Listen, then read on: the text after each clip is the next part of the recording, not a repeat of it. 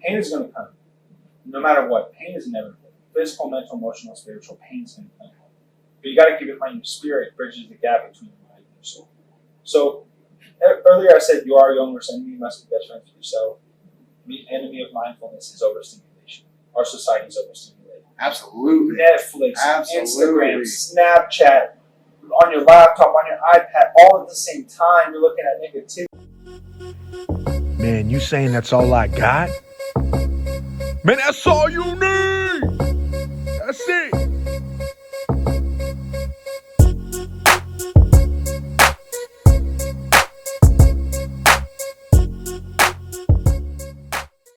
What's up, yo? How's it going? Fantastic, man. I think I broke the world record deadlift today, but I didn't record it, so it was epic. It was from all those NutriShop products, man.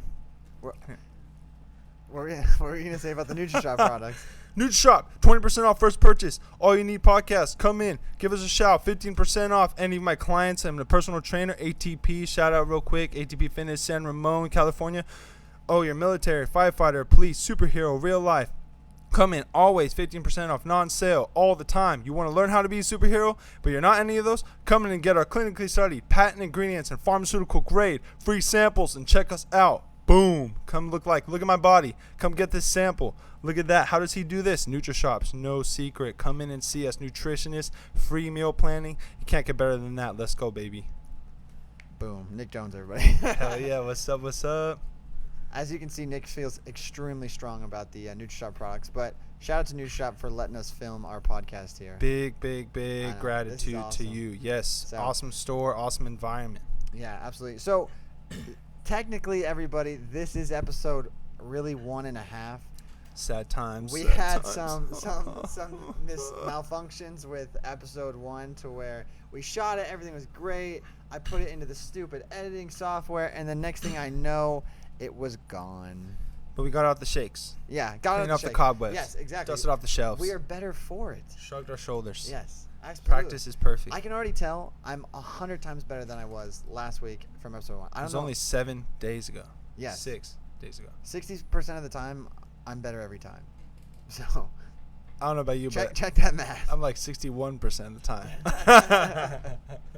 All right, well, With Jackson and Jones Yeah. in the house, be clear, be ready. Jackson and Jones, everybody. New waves, big waves. I think it was a rough start, but we're on our way now, and we're moving forward, right? We're gonna keep on chugging along. So this is gonna be the start of something special. Soon to be November. We met in May. We're both like, whoa, we are way ahead of our time. About a month or two ago, we said, hey, let's do this. And now here we are, coming to the world. Hello, Earth. Hello, Earth. All right. Well, I think we want to try and talk a little bit, just give you guys an insight to exactly who we are as people, why we're doing this, kind of go from there, and then, that way you guys get a big understanding of, what type of people we were. I swear to God, that stupid iPad. Again, man. What does it say? I don't know. It crapped out, though. Click on it. Here you go. It's done. Hand it over to me. Here you go. I don't. This is the type of crap we go through, everybody. This, storage. It's always storage. Told you, bro. I know. You're right. Well, I think Nick's gonna get us going while I try and solve our problem. But just give us an idea exactly, of who you are. What you're doing. Why people should even pay attention to us. Guys, listen up. What you're going to get out of this is, for one, we're both like-minded people. We're ready to go. I believe they used to say 3%. Now it's 1%. Coming from struggle, go to triumph. Take your trials and tribulations and make your message and make it faith and make it success. People say success without fulfillment is the ultimate failure. Well, how can you be happy with your successes that you're getting, with no fear? Coming from me personally, we're going to tell our stories, a little bit what we're about. We can get motivation, mindset, making it done, making it happen, getting it done, all of that. None of this get rich quick things that most of our society lies about all the time and falsifies about all the time. What you're going to see is two people sitting in front of you making it happen, like bringing our ideas to life. Because if you think about it deep down, in your mind, whatever your ideas are already real, because at this current moment when you're listening to this and thinking about whatever your desire is, it exists right now. You don't know how it's going to happen. You just need to know why. Absolutely. And you can make it come to real life. You know what I mean? Because your mind exists in this current moment in all the vibrations and frequencies in life. So how did you even get started on this? Where did you get the drive of who you are today? Because I don't know if anybody doesn't follow Nick now, Champion in the Making. Is that right? Yeah. At Champion in the Making. Yep. Instagram is my biggest handle. Champion in the Making on Instagram. Yeah. If you don't already, go. If you need just an inch of motivation, you will see Nick's 100 Instagram stories at 6 a.m. of you getting after it in the gym, right? Yeah. So 5:30 a.m. every day. Where did that come from? Man, how I grew up, dude. I keep the hard times in front of you, to be honest. So pretty much like most people who I went to high school, middle school with don't even really know this about me. Only my close ones know this about me. Even my family members, it was all mixed up growing up. It was all jacked up. But pretty much, is that ready or what? Is it Yeah, looking it's good? getting ready. Getting ready? You getting ready? Yeah. Getting on Keep there? going. So pretty much I'm going to go back to my middle school. Elementary school, like when I grew up. So, yeah, I grew up in Pleasanton, California. Yes, the Bay Area. Yes, successful people. Here, let me put this over. Go ahead. You know. We're going. It's going. It's filming. We're back. We're back on the iPad with all right, cool. Thanks All right. for doing that, dude. Yeah, we'll see how that goes now. Sick. Awesome. So, pretty much even though I grew up in Pleasanton, a lot of people who grew up in Pleasanton, like the Tri-Valley Bay Area, whatever, one of the most, expensive places in the world, Yeah, one of the absolutely. most, wealthiest places in the world, but it was not like that for me, man. Before I go into this, though, no one look at my family right now with disrespect. We're all good now. My parents and I are, like, really good. We're best friends. I love them to death. My sister's amazing. I'm thankful because if it wasn't for those hard times, like, I wouldn't be who I am today, where I am now. We probably wouldn't be sitting here with all of this drive. So, imagine, I was listening to Tupac when he was still alive. You know what I mean? And when I was in kindergarten and first grade, I was watching Boys in the Hood, listening to Bone Thugs and Method Man and Dr. Dre when everyone else was watching Clifford and Blue's Clues and listening to, Teletubbies or whatever. Like, my sister's 7 years older, same mom, different dad. My dad saw her first footsteps. My parents got married 7 years later and had me, right? So when my sister was, 13, she started getting in cocaine and meth and bad habits, bro, hanging out with the wrong people. And my mom was always full-time schooling and work, and when my sister was adolescent, getting in trouble with the cops, getting arrested, running away, being with abusive boyfriends, all this stuff, breaking windows. She was always focused on her, doing breakfast, lunch, and dinner, dishes, laundry, all that stuff. My dad, UPS, he worked full-time, 12 to 15 hours a day. Then he would come home, and when he came home, he would drink. And he wouldn't black out from being drunk, but he would black out from getting angry. Oh, jeez. He would have drinks, man. Ever since I could remember, we get in wars. And then my two best friends who grew up on the same street as me, two out of the group that I grew up with, their dads did that to them. I thought that was normal. And so I never really complained or told anyone about it. And I was a punk, man. I went to the skate park as a kid. I got in fights with everybody. So all the black guys and all the marks at school, everyone thought I was just, getting in fights with whoever. Yeah. And so basically I remember, my sister was with an abusive guy. She was 15. He was 21. She lived with him in Santa Ramon. She got a little kitten, right? And I was so excited to see this cat. My mom drove me, and I ran up the stairs before she parked the car. And I walked. Once I got to the third floor, their door flew open. He kicked her in the chest. She flew out, clothes all over the porch. She had blood on her face. He was hitting her. He pulled out a pellet gun with no orange tip. Looked like a real P226. And I screamed at him, like, hey! And he looked at me like frozen. And like, whoa, what's going on? I was in 5th grade, bro. I remember this clear as day. And he backed off, put the gun in his hip, walked inside. My sister was just sobbing. She was crying. She was devastated. I don't know what was going on. My mom comes up and goes, damn. I'm like, we got to go home. And if I was at Kevin's instead of Joey's, or the skate park instead of the sports park, or came home after the street lights turned on, and before I had a cell phone and didn't tell my dad where I was at all times, man, like, I would hear the belt coming down the hallway and about to get my ass whooped. Every time I came home, it was just like, it's going to be a war, Yeah. And I got used to it. And when I was in 6th grade, his dad, my grandpa, he would drink a lot. He was drunk all the time back then. And, I couldn't hear the TV, and threw the remote across the room on the couch and walked outside. And I was, 6th grade, man. He walked out and he broke my nose and he kneed me in the balls, like holding my jaw and all that, and my nose bled like a faucet. And my grandma saw the whole thing, and my mom got pissed off, came and picked me up, put a restraining order on my grandpa. Couldn't see him for 3 years till I was a freshman in high school. But then I remember thinking like, whoa, this is all my dad knows. Yeah. Growing up, like monkey see, monkey do, this is all my dad knows, right? So I can't blame him. And I remember thinking this in 6th and 7th grade. You know what I mean? Just Well, in that's my tough. just in Especially my soul. when you're that young too, and you're thinking, I mean, you got to be a special type of person to be able to say, you know, oh, I can't blame him when you're a kid. Like, that's all you know. Like, why is? Yeah. What did you do to deserve this, right? Yeah, and it was just like, well, of course, everyone's like, you're getting in fights, you know, on the street growing up and stuff like that, and you're all this and that, and you're aggressive, and you know, you're gonna be a violent when you grow up. I'm like, no, I just don't want to be home. Of course, my family members said this about me because it was chaos. And so, growing up, I remember one of my friends was a junior Golden Gloves champion in my neighborhood, and his dad made his garage like a gym. And so we would train in it all the time. And his dad would coach us. We'd spar. We'd hit the bag. We'd do a lot of push-ups and stuff when I was in middle school. And I really found a release from like 12 to 14 years old. And it was so awesome. And then that's why in high school, my sister got out of her bad habits, went to rehab, left the guy because my mom and the cops got involved in all this, that abusive dude she was with.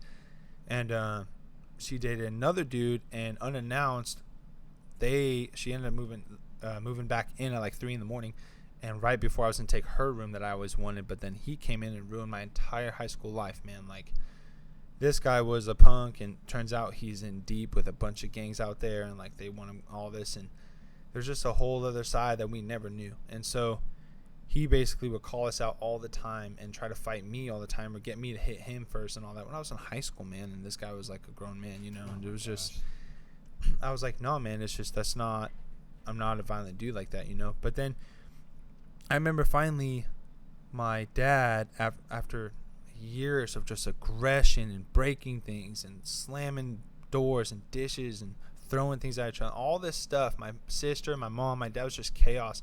We had 80-cent carbonated water from Lucky's, and we would skateboard. I would be out skateboarding until, no joke, 11 at night on a weeknight, or out getting drunk, or out doing whatever. Never wanted to be home. Then I'd come home, go to the shower, and try to go to bed without, you know, getting caught in my wars in my family. Yeah.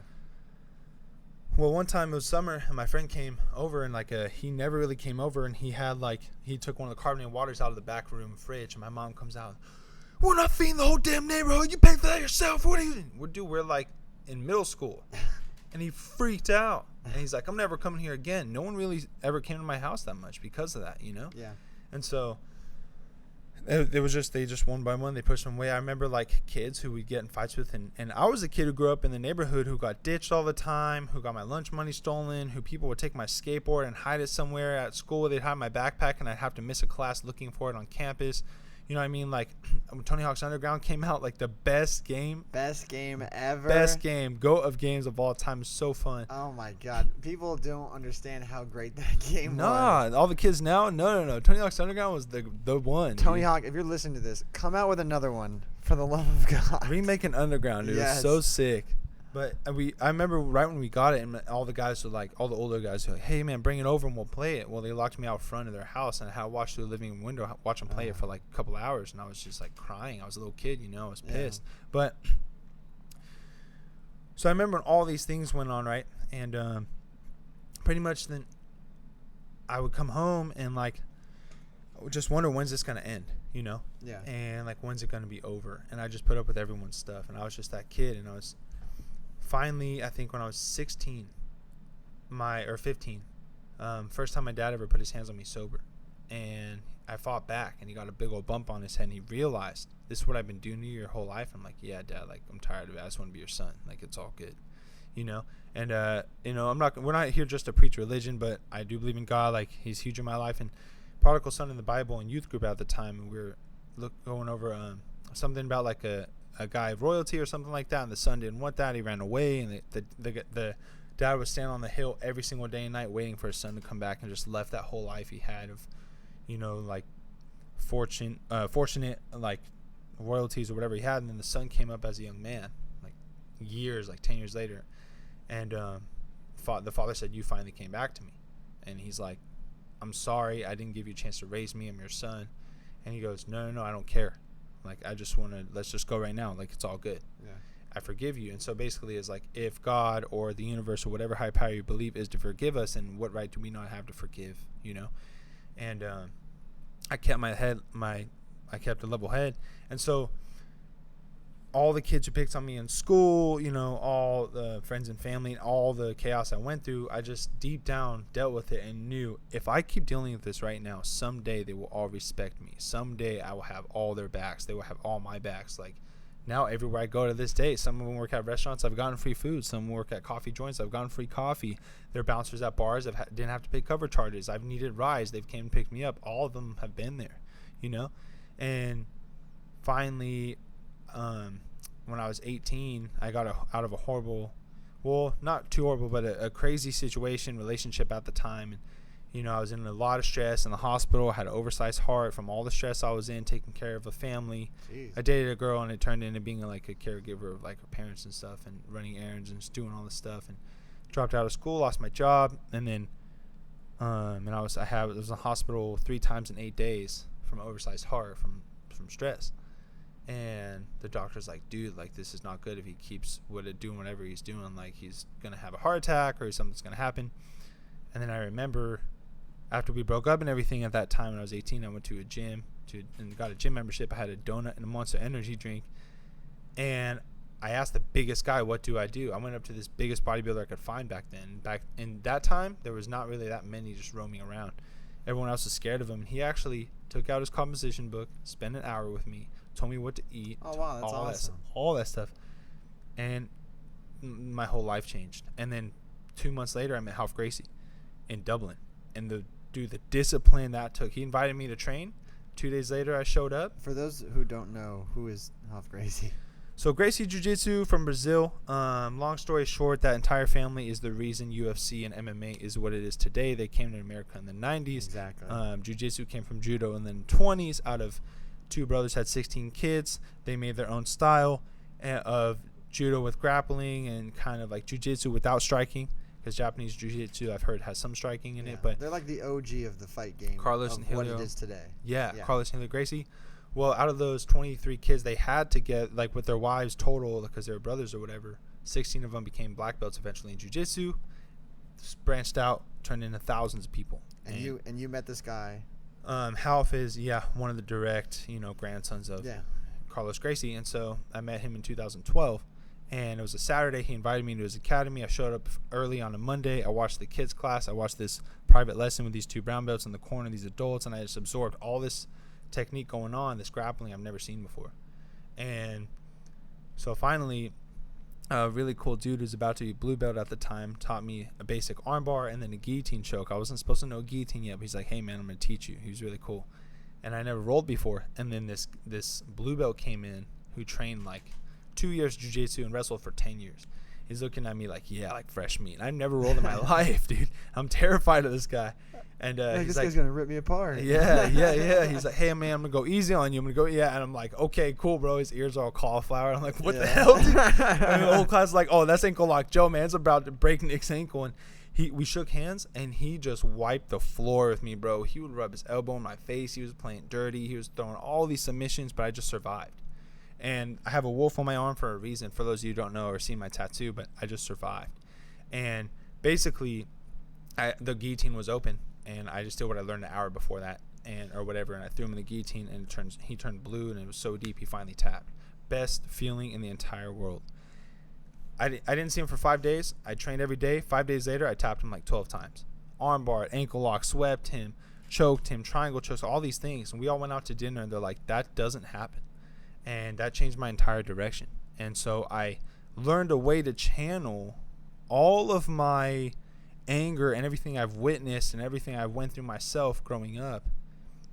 And you threw it into like a positive situation, right? Or something constructive. And I'm there for them, like my grandpa. Exactly, something constructive. In a way I've turned it into real life. My grandpa, freshman year of high school, was finally able to see him again. And he cried and said, you're my hero. I'll never do this again to you. And I would say, Grandpa, it's all good. I just want to be your grandson. Again, prodigal son. Like I just love you. in 2016, he had his aortic valve replaced in his heart. And he went from a 78-year-old strong, sturdy man who still got it to a really weak 79-year-old brittle little guy. And I still am, you know, that we live a few towns away. A phone call, I'm there. You know what I mean? And like, I love my grandparents to death, but I'm thankful to still have them in my life. My other grandfather lives in town here too. And it's just like, you know, it's really cool that we can all get along as a huge happy family, Right. you know? And so, but yes, I did channel all that motivation into martial arts, and that led into fighting, that led into running, back to like the jiu-jitsu thing, all this discipline. And I was like, wait a minute, that's what really told me first, like, struggle can really lead to triumph, you know? And people don't really realize that. Not even most people in the gym. It's crazy. They go to the gym and they're just going through the motions, and like, they're doing it for all the wrong reasons, you know? Yeah. And so really, like, that's what we're here to do. Of course, later on there's going to be some nutrition. There's going to be fitness that comes out of it. You know, I've been a trainer almost 3 years, nutritionist almost a little over 4 years actually now. But yeah, that's going to come out of it later on too. But again, all came from this entire mindset shift. And I realized I was living my life through a subconscious fear. And how can we change that subconscious fear into a conscious attitude? Right. Because your attitude determines your altitude. You've heard that all before. Yeah. Well, and I think I like what you said about like your attitude has shifted, because I think a lot of people don't realize how big of like a thing that is, that like your mental state determines all of your thinking, all of your outcomes, all of your decisions, all your reactions, right? Yeah. And there's so many people that, you know, they play the victim. Yeah. And they say, you know what, this stuff is happening to me, there's nothing I can do, Yeah. woe is me, blah, blah, blah. And you took an insane situation, you know, physical, mental abuse, and you've channeled it and turned it into something that you use now every single day just to get better, just to be a better person. And now you're one of the most positive people I know. I don't know anybody more positive than you. And that's so hard to find, where you find, you know, especially somebody coming from such a crazy background. Most people, they're going to end up being, you know, depressed or some other issues, or into drugs, or just making bad life decisions because they have no mission. And now you've kind of created that for yourself. I mean, how would somebody get there? I mean, what tell me what you would give advice to somebody else that's going through something similar. Wow. Go through something that makes you extremely uncomfortable. Extremely uncomfortable. So, exactly. So, I remember walking into jiu-jitsu. I was 19, training 6 months at the time. I had a Red Bull in my hand. And Half said, what the hell is that? And he slaps it on my hand, spills on the ground. He said, you're cleaning that up. I was like, what? He goes, that's illegal in some countries, in 10 countries of the world, something like that. You're cleaning that up. I never want to see that again. By the way, you can't leave. You don't watch class, no training today. But it's your academy. No, you clean it up. And I had to clean it up and sat for 2 hours and watched jiu-jitsu for the whole day. And I was 19. I was like, what the hell? And basically, but that I liked that. Like, that made me better. I'm like, what is this going to lead to? Is it just the discipline of it? Is that what you're saying? And yeah, and where's the discipline going to lead? Because that's just the surface. You know, like, how can it shape my character? Because then I started getting into, like, I was a network marketing company at the time, and I realized I was more in it for the mindset and the speakers than it was for the company itself. And I heard somebody say something and changed my entire life. Your environment is a reflection of your mind, and you are what you attract. So if you don't like what you are right now or what's going on, you've outgrown your environment. You need to clean your car, clean your house, maybe get another job, clean your work environment, you know, change around your TV, everything like that. You'll have some clarity, right? And so, which led me to start really taking things seriously physically. And I'm like, wow, well, if these people can do it, we all bleed red. You know, duplication. If I do what you do and say what you say, I'm going to get what you have every single time. So I wanted to be a fighter at the time. I was 20. I just turned 20. They're like, you should fight MMA. You have that mindset. Well, that academy was only jiu-jitsu. And through a grapevine of friends, I found Crispin BJJ. Shout out to Crispin BJJ. I love you guys, man. You all family. That is the coolest, greatest family environment for training you'll ever get. You want some Muay Thai. You want some boxing. You want some amazing, traditional Gracie Jiu-Jitsu from an incredible 4th degree black belt. Oh, you want some CrossFit or functional training? Come over to Crispin BJJ. We got everything there for you. You know, tell them we sent you, by the way. It's all love. But, yeah, so I found Crispin. And there was, like, West Coast fighting champions there. And there was, like, amateur camo fighters there. And there was, like, Strikeforce fighters there. And I was like, what is this? And I jumped right in head first, man. And I had a Muay Thai fight. I had an MMA fight. I got a blue belt in jiu-jitsu. I did some jiu-jitsu tournaments. And that all led to, like, I can run 6 miles after training for 6 hours or 5 hours straight. What else can I do? You know, and we would do hard, crazy strength and conditioning, like horrible, throwing up and trembling for like an hour, and then hit Muay Thai pads for an hour, and then train jiu-jitsu for 2 hours, and then lift weights for an hour, and then we'd all go run 3 miles. And it was like, and all you would have between that time is like a protein shake real quick or something to hold it, like whatever. And it's just mentality. And I was like, dude, but every day is better and better and better and better. And then I was like, whoa.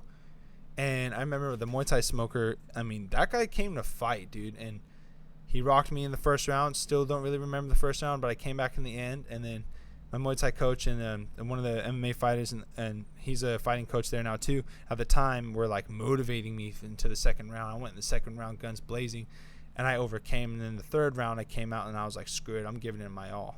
I'm leaving everything in here. And that guy just gave up, and he was in my clinch for like a minute. I kneed the hell out of him, and he basically just gave up. And I was like, what really got me is I threw an uppercut, and he tried to take me down. And I was like, wait, this is Muay Thai. And he tried to take me down like MMA. I'm like, I got him, bro. I broke his spirit, you know. That was the best feeling in the world. And I realized you can do whatever it is you put your mind to. And as crazy as people say, the real ones who have done it, there's nothing like it. You know, people are sitting there, and I start meditating because of that. I'm like, what can I get out of meditation? And what I found is, like, nowadays, fast forward, this was all in 2015. Fast forward almost 5 years later. You know, basically, if I've in my soul, my meditating, what we're here to tell you, what I'm here to at least say, my message is, if you don't know who you are, you don't know what you're not. That is very dangerous. And the enemy of my enemy is my friend. You are your own worst enemy. So you must become best friends with yourself. Because through training camps, I would go extreme, like 10-week training camps. I would run 6 days a week. We would spar twice a week for 10 and 12 rounds. I would, you know, strength and conditioning 3 days a week, jiu-jitsu every day, kickboxing every day. You know, on a rest day, you're swimming or hiking or running or stretching for like an hour in yoga. And it's just like, what you find out about yourself, how far you can go, just in the training camps alone, dude, there's nothing like that out there in the world. And to me, at least, right? And it makes you extremely uncomfortable because you're out at the bar with your friends. You're like, damn, they're all getting drunk, but I got a fight coming up. I'm just gonna drink water and be the designated driver. But you're like, dang, I have to sleep at least 6 hours every night. And at that time, you just want to stay up and watch TV or do whatever. And it's like, you got to be seriously disciplined. But it's not just discipline, it's staying with the discipline, sticking to the discipline. Well, okay, so Yeah. so discipline's a huge part of it, right? And I Yes. completely agree, because it takes a certain type of person to be able to say, hey, this is what I want, and Yeah. now I'm going to go get it. Yeah. But for that average person, right, or somebody specifically that's coming from Yep. that background, Yep. how do they go there? How do you put yourself? I love it. Because not everybody's going to go wake up one day and go like, oh my God, I've Yeah. changed my whole entire mentality, right? Yeah. So exactly. where do you go to say, hey, it's step by step, right? So I mean, where does somebody start? I mean, how do you even get there? This is where you start, man. And so this is where the other side of it comes in, not just discipline, right? This is where you start. Pain is going to come. No matter what, pain is inevitable. Physical, mental, emotional, spiritual, pain is going to come. But you got to keep in mind your spirit bridges the gap between your mind and your soul. So earlier I said you are your own worst enemy. You must be best friends with yourself. The enemy of mindfulness is overstimulation. Our society is overstimulated. Absolutely. Netflix, Absolutely. Instagram, Snapchat, on your laptop, on your iPad, all at the same time. You're looking at negativity. We have more resources in one day on our phone than our president did 20 years ago. Isn't that what they said, that we have the same capability in our phone to put a man on the moon like they did in 69? Yes. That's crazy. Elon Musk did it. Yeah. Yes. And so he launched the ship to the moon. No tax dollars. It's crazy. This stuff's happening right now. And so basically what I'm saying is, how can people do it? Is overstimulation is the enemy of mindfulness. Mindfulness is not your mind. Mindfulness is your spirit. And your heart can be in one place and your mind can be another place, right? And what's going to happen is your mind and your soul, they're all floating around. You got to compartmentalize it. And people are going to be sad, depressed. What they do is they drive to work, a job they don't want to do. They're sitting or standing at a job. They're miserable. And then they go home and they're pissed off. And then they go to the gym and they follow this fad diet that doesn't even work for them because they don't want it to. And they're going to go out and spend $200 on drinks on the weekends because they're just not happy with their life and trying to hook up and do whatever, but they're not going to go get a personal trainer. They're not going to go get a nutritionist. They're not going to go see what actually works for them specifically. They're not going to go outside of their comfort zone, because the best things in life happen outside of your comfort zone. Oh, hello, darkness, my old friend. Hello, the TV and Netflix. Hello, McDonald's. It's easy, man. People are just going to do that. It surrounds people nowadays, right? Yes. Like everything you see on TV or the internet or out and about, like you said, like it surrounds you. It makes it so easy to be complacent. Big time. It's so easy to be complacent that I think people now, they're afraid of the struggle. Like you Big talked time. about. They're so afraid of this struggle that they go, oh, wow, I'm comfortable with what I'm doing here, because even though I might be miserable, at least I know what I get here. I don't know what's on the other side. You know, that might be tough. Yes. Right? And the first step is exactly that. It might be tough, 100%. Yeah. And the first step is to thinking somehow inside of yourself, you already know what you want to do. It could be basket weaving. I don't even care if it's underwater basket weaving. Go be the best damn basket weaver in the world. Right. I don't care if it's playing lacrosse. Go be the hardest lacrosse player out there. If it's making BMX bikes, or if it's making pies, or if it's flying kites, go do it. Go make it your passion. How can you make your passion your purpose? Because it motivates you to make a living out of it. You can do it. People have done it. We all bleed red, like I said earlier. Pain is inevitable. It's going to come. If you don't know who you are, you don't know what you're not, and that's dangerous. You can't pour water from an empty cup, so this is where people start. One thing at a time. You're living subconsciously. You have to start living consciously. Okay? If you put your right sock on instead of your left every single day, put your left sock on first. If you pour coffee before you make eggs on the stove, put the eggs on the stove before you pour to change coffee. the routine. Change right? your routine. Get out of that slow mindset, that same mentality where Every you're just single day. in that same thing over and over, Over and again, over and right? over. If you shower before you brush your teeth first, then get in the shower. Yeah. And people are like, "How? I'm not a pro. I can't do it like you." Well, I've just been practicing. Yeah. Practicing almost 10 years. It literally just comes down to complete effort. Yes, and it's effort. The 3 E's that came to me yesterday morning in the gym. The beautiful thing about being up and sweating at 5:30 in the morning. Your ideas come to you. The 3 E's. Your excitement will give you the energy and the effort to either produce excuses or efficiency. Think about that, right? So you can wake up and you're excited. It's going to give you energy and give you effort, because the only thing that follows effort is results. The only thing that follows effort is your results. Yeah. And so if you don't have the results you like, look at the effort you're putting in. Yeah, exactly. None. Zero. Minimal. It's hard too, I think, for Right? most people, because you really have to look at yourself in the mirror, and you have to be like, you have to be completely honest. And most people, they don't want that. They like thinking that they're doing everything that they can do, 100%. and it's just happening to them Yeah. that they happen to be miserable. Yeah. It's Yeah. harder to take like that cold splash of water and be like, hey, you're not doing everything.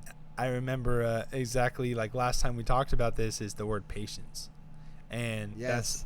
I hate that word. I hate patience. We said this last time on episode 1. This is episode 1.5. Patience is a word that will kill you. I talked Okay. about this last time. Exactly. And this is where I need okay. Everybody listen to this. Patience is not a virtue.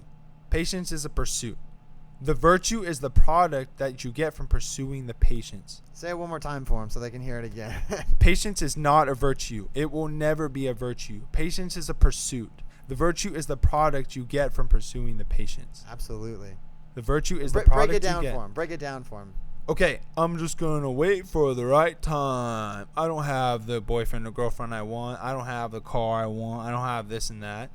You're right, you don't have it, because they're not afraid of going through the pain it's going to take to get there, because the dream is free and the hustle is sold separately. Any successful person will tell you that. Arnold Schwarzenegger, Muhammad Ali, Steve Harvey, all those guys are going to tell you that.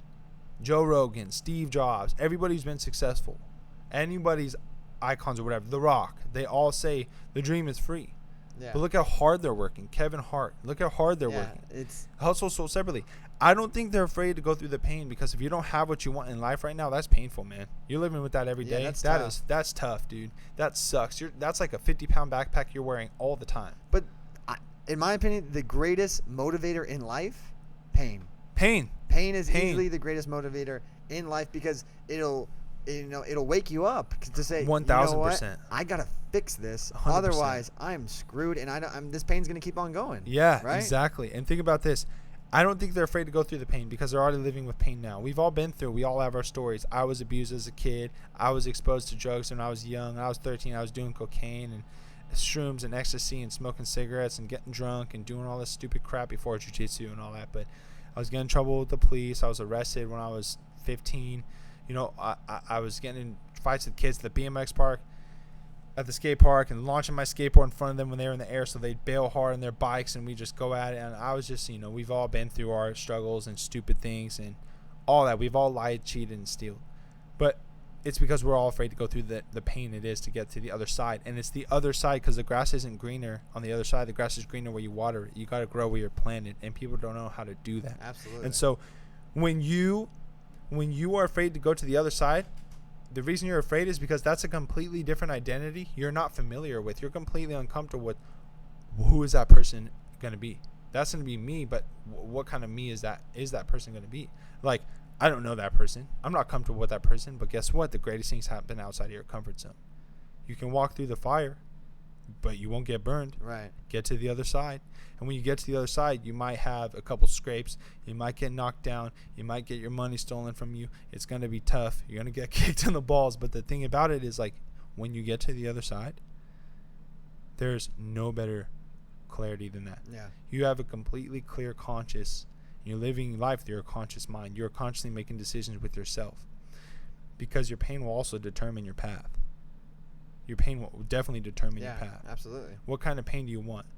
Oh, okay, Lance, and let me switch it over to the job side. This is how somebody could start. Okay, Lance, pretend I'm your boss. Corporate America, I'm going to give you 80 grand a year. Here's some health benefits. Here's some, oh, by the way, here's a little bit of commission. Here's the comp plan. But you can only see your family at this time. This is how many vacation hours you have. You have to be at work at this time every single day.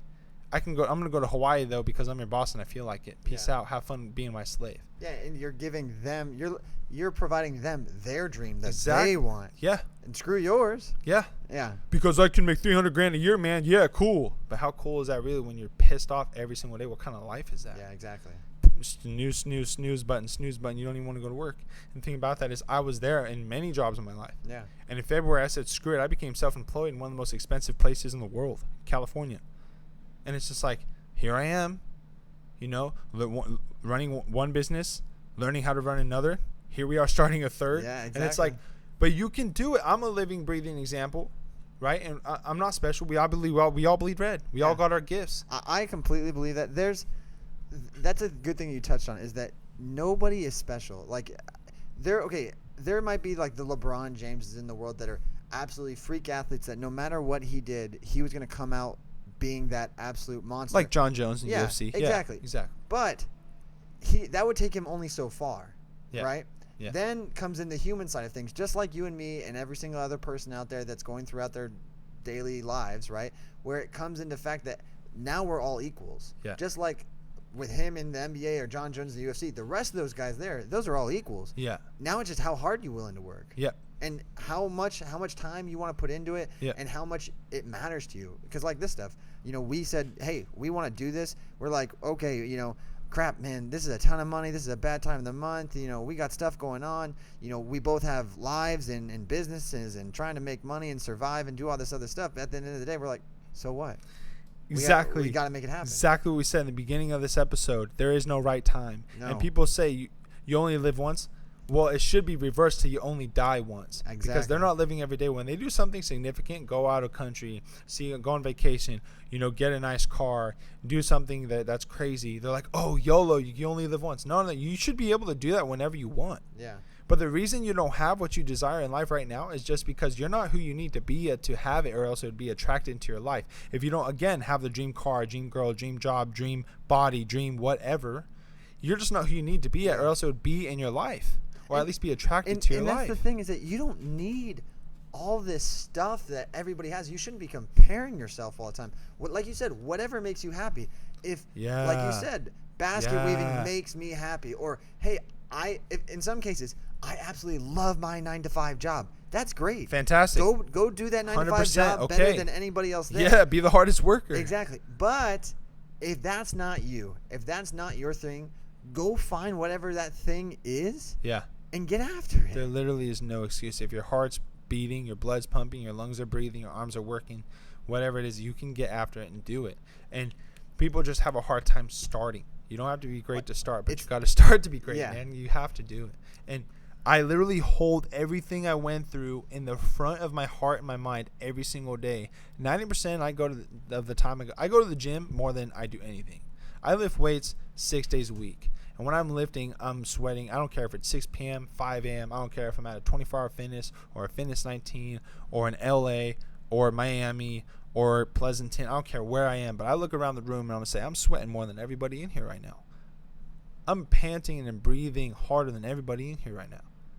When I was training for a fight or training for a CrossFit tournament or running half marathons or everything I've done in my life, like I was always having a goal, it just became life. Right. And, you know, unfortunately, like, bless his soul, may he rest in peace. But when I found one of my best friends passed away last year in his room, you know, he was my roommate. I moved out 2 weeks before, and he already been there for 2 days. I was with 2 of our friends. It changed my entire perspective. But like, it hit me hard, but I was hardening myself for things like that in life. Yeah.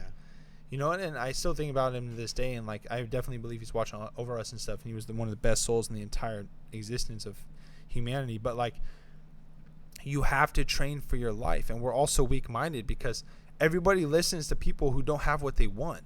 And the thing about that is, like, think about this: your parents are telling you you're never going to do this, you're never going to do that. Take it from me, man. My parents deny it, but I love them to death. To this day, we're best friends. Again, when I was 19, 20, we all became super close. We're all super good now. I love my dad. He's like a big brother to me. All these things. My mom's my best friend. But, you know, we all listen, like, you're never going to do this, you're never going to do that. Just go have a safety net. Go play it safe. Yeah, exactly. And it's like, oh, yeah, go do this job that you hate. And, you know, I don't believe in, like, unless you're going to be a trade or a doctor or a police officer or something useful, everyone goes to school to get good grades, to go to college to get good grades. Now you're going to graduate and beg someone to hire you. Now you got to work 10 to 15 years and pay off your student loan debt that you never had. I mean, for the money you never had and all these things. And it's just like, time flies, man. And so there is no right time because you're always going to have bills no matter what. You're always going to have to pay things no matter what. You always have to deal with things no matter what. And I'm in the gym 5:30 in the morning, 5 in the morning. When I wake up, my feet hit the floor, I go fasted. I wake up, pre-workout down the hatch, no food, boom, haven't eaten since, 8 p.m. the night before, go to the gym, crush it. And sometimes I'm there with a workout partner, sometimes I'm there by myself. I'm working just as hard, if not harder. And when I fail, I go harder. Yeah, and you've made that in your mind, right? Like, this is a thing that I have to do. Yeah. This is not optional. I cannot, put minimal effort in. I have to go out and get as much as I possibly can. All I got. Yeah. All I got. I mean, there's a quote. So William Shakespeare once said that there's nothing good or bad in the world. Just thinking makes it so.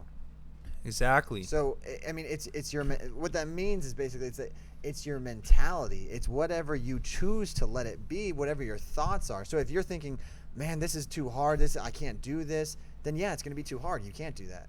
But if you tell yourself, hey, you know what? It's going to be hard. It's going to be a struggle, but I'm going to enjoy the process. Or, maybe you need to tell yourself, oh, it's not going to be that hard. Anybody can do this.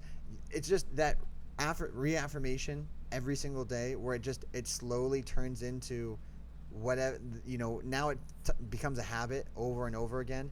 And the next thing you know, you wake up and a week has gone by and you're feeling great. Yeah. And then another, and then another, and then another, and another. And the next thing you know, your whole entire life has changed just by you changing your thought. Yeah. I remember changing your thought process, and it doesn't take 3 months to build a habit. That's complete BS. It takes 10,000 hours. And then once you build a habit, it takes another 10,000 hours to master it. Bruce Lee said, I don't fear a man who trains 10,000 kicks. I fear a man who trains one kick 10,000 times. And my parents, when I was a white belt in jiu-jitsu, just by enrolling at the school I was at first, before the school I've been at, I had 2 broken noses from training jiu-jitsu. Intercostal rib pops. My pride was torn up.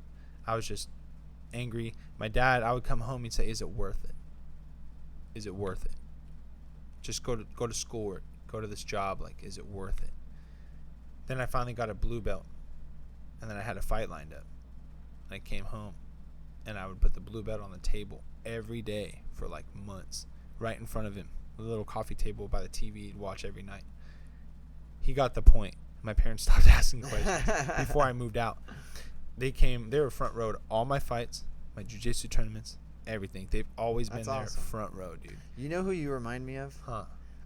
I'm sure you've heard of him. I don't know if the everyday person out there has heard of him. David Goggins. Yeah. Oh my God, bro. David Goggins. 40% rule, man. Yes. So David, you're exactly like the mentality, can't hurt me, especially bro. where you've came from is exactly like him. So if you guys don't know who David Goggins is, he is former military. Now he's this super motivational ultra runner. This guy literally puts his mind to something and he goes out and gets it. You know, he's crazy. He's writing books. He's the number one source of any single motivation. If you guys if this is not doing it for you, go to David Goggins right now. Yeah. Watch one of his 2-minute clips and it'll change your whole day. And it's just the reason why I say this is because Thank you, man. the way he started, right? Yeah. He was this black guy that grew up, you know, way worse than me, but yeah. yeah, a he was lot of racism, all this stuff growing up. He was overweight. He had all these problems. And he said, you know, I need to change my mentality to change my life, basically. Absolutely. And then now he was like over 300 pounds. He dropped like 150 pounds, enlisted, was a Navy SEAL, did all this crazy things. And now he's using it, and he uses that as a motivation for himself every single day. It's something so similar, like you just breathe it. It's all thank over you, man. It's. I appreciate you saying that because David Goggins is my hero. Him and Dwayne Johnson, The Rock, those guys are my heroes. I listen to them every morning when I wake up to go to the gym. On my way, I'll play one of their videos, and I'm just amped by the time I get to the gym to kill it and to kill the day, attack the day. Because the one thing is, I tell myself I'm finally out of all that. I mean, when I was 22, my parents sat me down and gave me $600 and said, "We're moving to Oregon. Figure it out. Good luck." I had to move out on my own. 3 weeks later, I was on my own. And ever since then, I've been just climbing out of that hole on the ladder. I'm outside of it. But I keep those hard times in front of my mind and my heart every single day. And I tell myself, I am never, ever, I will not ever go back to that ever again the rest of my life. I am the first one in my family who broke the cycle of violence. That's awesome. Now all my parents and friends and family members, everyone who's like, you're never going to do it, they're looking down at me saying, like, how did you do it? Keep it up. Like, all these things. And same with friends in my communities. You know, right now it's a Saturday night. We're recording. Yeah, I know. Doing this. All our friends are going out to bars. Yeah, everybody's out partying. I left a bunch of friends right before I came here. They're all going out drinking. Come on, and everything. see? And we're building a better, you know? Yeah. And they're all out, you know, hey, man, I want to do what you do, man. Like, you're so badass. It's like, okay, cool, man. Well, jiu-jitsu's on Monday at 9 o'clock. This is when I was like 21 or 20 years old. Or 22 years old. And like, oh, okay. They didn't show up. Yeah, they're not showing up. A year later, same people. They still look terrible. Hey, man, I want to do this. Okay, cool, man. I'm going to be at the gym on Tuesday at 3. Like, see there. They never show up. Yeah. Still to this day, I'm not going to call anyone out, but to this week, people are like, hey, I want to work out with you. Cool, 5 a.m. I'll be there. They would say, hey, man, I can't make it. The day of, 10 minutes before. Of course. It's like because they're still stuck in that hole of like, what am I doing? Why am I doing this? The how doesn't matter. You need to know why. And if you're questioning why, like if you can't come up with a reason, you shouldn't be doing it. Exactly. I swear, jeez. I swear to God, this iPad, it's out again. It's the storage. Okay. My God. All right, well, we're going to go.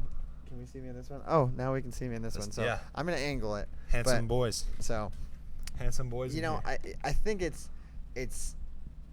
now it's almost like in your blood almost, right? This, my DNA. I had to engrave it. Yeah, this motivation and this lifestyle. I mean, I think if you're like the everyday person and you're trying to get there, I mean, it's just a day at a time. Well, check this out. A day at a time, exactly. Because on the flip side, I started really paying attention in high school more than anything. My room was down the hallway from my parents' room. And once all the chaos kind of slowed down, I would look down the hallway and look at my dad. And I didn't realize, and he had bone spurs, arthritis, torn ACLs, MCLs, meniscus, and both of his knees. And he would have an ace bandage wrap, and he'd wrap his knees hard every day. And then he would have 2 slings and straps and Velcro them into place. 2 on each knee, not just one. He would put one over the other. And you could hear like bones or ligaments, whatever, crackling back into whatever just is it going on in there. And he would have the biggest look of pain on his face. Sometimes a tear would come down of his out of his eye, and he would have the look on his face like, oh, I don't want to do this. And then he would think of who he has to provide for and all the BS that my family was going through. He would take his ibuprofen and go to work and get up and get because after we had it. free benefits. Right. He would get after it, and I was like, dude, my mom She always worked part-time jobs at once and going to school at the same time and sleeping 3 hours a night, still making dinners for everybody, still finding a way to scratch, and get by. And it was like my parents were grinding hard, and I was like, I never want to be like in that position, but for two, I was like, yo, if they can do that, like, I have no excuse. None at all. If you ever, I mean, when it comes down to it, there's always somebody that's got it worse in anything. Think about the worst thing that's ever happened to you. Something's happened worse than somebody else. It's so humbling. Yeah. And I love my grandparents to death, but every time I visit them, I come out even more motivated. Like, before I get to that point in life, I got to make some stuff happen, man. Yeah. We got to get out It's there. also, too, like, if you're really needing, like, some drastic change, like you're saying, look, I need something really big, you need to surround yourself. Here's another pro tip right here for you guys. Surround yourself with people that are there or on that same path as you, right? Ooh. That is Exactly. that is so huge. Like, for instance, the shirt I am wearing, a friend of mine got into a business. It's called Pocket Vapor. They do batteries for like those weed cartridges, and he's same age. He's 23 years old. If your guys' batteries are wearing out, if you're vaping out there, I know. hit up that industry, come man. hit me up. But yeah, I mean, it's the same thing that he's same age, getting after it, high up in this company, making things happen. And it's because, like, people like that and then people like you, it's like, okay, these are the people that are going places, or they're on the same path as me, or they're already where I want to be. Exactly. Now I'm going to follow and be around and soak up as much as I can. Yeah. And try and, almost emulate that so I can get there in whatever your lane is. Right? And exactly, you have to find that lane that you want to be in. So, example, just like your attitude determines your altitude. If you're with negative family members, you need to run for the hills. You need to get out of there. You got to go. If you're with friends and, oh man, if they're all drug dealers, you're going to become a drug dealer. Yeah. If they're all police officers, you're probably going to try to be a police officer. Think about it. Like, their attitudes are going to be, if you're hanging around with that, even 51% of the time, or more than half the time, you're going to start thinking that way. Yeah, you are who you surround yourself with. Exactly. And I heard someone say that when I was 19 at a seminar. I saw Bob Proctor live twice, the one who wrote The Law of Attraction, The Secret. He recommended the book Think and Grow Rich by Napoleon Hill and all these things. And I was 19 seeing all these giants, walking with giants, and they're saying you are who you hang around with. And I was like, well, I want to be a pro fighter. I started hanging around and training with pro fighters. I wanted to be a black belt in jiu-jitsu. I'm a purple belt now, but I started hanging out with black belts in jiu-jitsu and doing what they did. Exactly. And it's like, how can I get there? Now it's like, and then ever since then, it's like, I want to be a savage in the gym. And I spent years with savages in the weight room, and now I'm one of them. Yeah, and if you just want to be a happy person, right? Go be around happy people. Their happiness is going to rub off onto you. It's not a secret. Yeah, and it's going to be there, and it's going to help you. I mean, it's not that. That's the thing, is that everybody thinks that, like, there's this long algorithm or this equation to figure this stuff out. It's just logic. Like, figure it out one way or another. You're going to make mistakes. Enjoy the mistakes. Learn from it. And just keep going. Sorry, what's up? No, go ahead. It's not just the destination. It's the journey to get there. Yes. You can look back at yourself and be like, where did I start? Physically, if it's for anyone who wants to lose or gain weight or anything like that.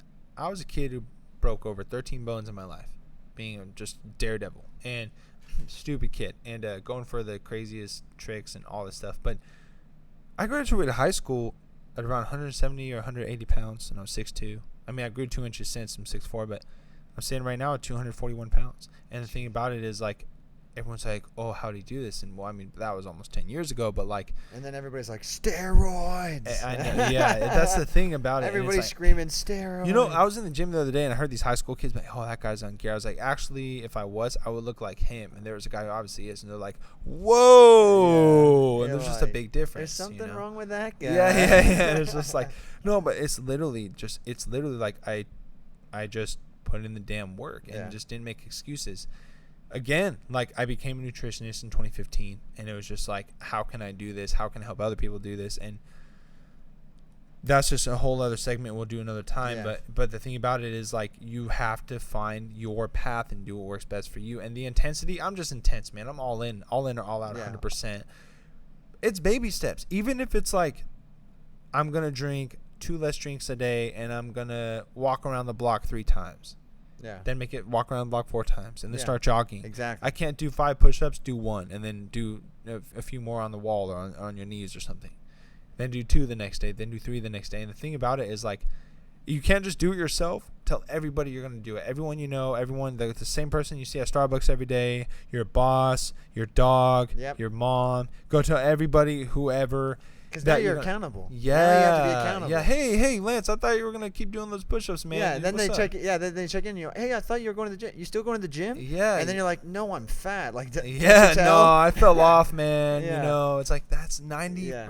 That's over Everybody, 90%. Yeah. everybody has gone through that where they've told people they're going to do something, and then they, in the back of their mind, they know that they haven't, and they're really hoping, please don't ask me if I did that thing that I told you I was going to do, because turns out I didn't. That's pretty painful, man. Yeah. Nick, I think we're at an hour almost. We're doing well. We're doing good. That's flawless, man. So, I mean, I think this is kind of just we went a little bit hard with today, right? We wanted to set the tone that, hey, we're going to be hopefully not only giving you motivation and inspiration, but a lot of useful information that, we can try and give out into like your every single day life. And we're going to have a bunch of people on. We have a bunch of people lined up that we're going to be talking to that are experts in industries. Many fields. Yeah, all over the place. Many fields. Entertainment. Pro athletes. Business owners. Yes, business owners, philosophy, everything literally all you need. Yeah, we got all you need. all you exactly. need. With Jackson and Jones, baby. Exactly. That's what it is. So that's what we're hoping to expect from this going forward. Now we got episode 1.5 out of the way. books. Yeah, that's now, right. Now we're doing good. So we're gonna keep on plugging away on that. But start of the journey, right? Start of the journey. And the thing about this is, guys, I've had a torn meniscus. I've had a fractured elbow. I've had broken noses, concussions. But I still found a way to move. I still found a way to do something that kind of made me uncomfortable. If I couldn't run, I'd ride the bike. You know what I mean? If I couldn't lift something, I would walk up a crazy hill. Yeah. Or I would do a bunch of sit-ups in my house. The thing about it, guys, is look, do one thing that you don't do every day that you know you should, that makes you a little bit uncomfortable. It doesn't have to be crazy. Just do one thing until you hear our next episode. Just one thing, and do it every single day. Yeah, go do your homework. Do your homework, yeah, in your mind, yourself, because guess what? If you're lying to yourself, you're lying to everybody else. If you're not your first priority, how can anyone else depend on you? Yeah. If you can't take care of yourself, you can't take care of anybody else. Yeah. So start taking care of yourself. Yeah, absolutely. You can start small. Wake up a little earlier. Take care of yourself. Exactly. And do something that makes you a little bit uncomfortable. I like it. I like know? it. Well, we're going to be hopefully putting these out every week, one a week for now. And then, as things start to ramp up, we're going to be getting at this pretty often, maybe a couple times a week. So go ahead in the comments. Let us know what you think. That's right. Give us all the harsh criticism and the hate that you want. We're going to keep on going after it. You can find us on Instagram, Facebook, YouTube. We're going to be everywhere. Everywhere. Podcast app, Spotify, maybe SoundCloud. Definitely SoundCloud. iTunes Music. Literally everywhere. So go check us out. Hit us up on IG. Let us know what you think. If you guys got some problems, questions, whatever, we got all you need. Let us know. We got all you need. And we're gonna be getting after it. So, but Nick, thanks for getting number 1 out of the way. Lance, you're the man, bro. Yeah. Well, hopefully Let's do we'll episode 2 is gonna be a little bit bigger and crazier every single time, right? Every single time, baby. All right. We are signing off. Stay golden, everyone. Peace.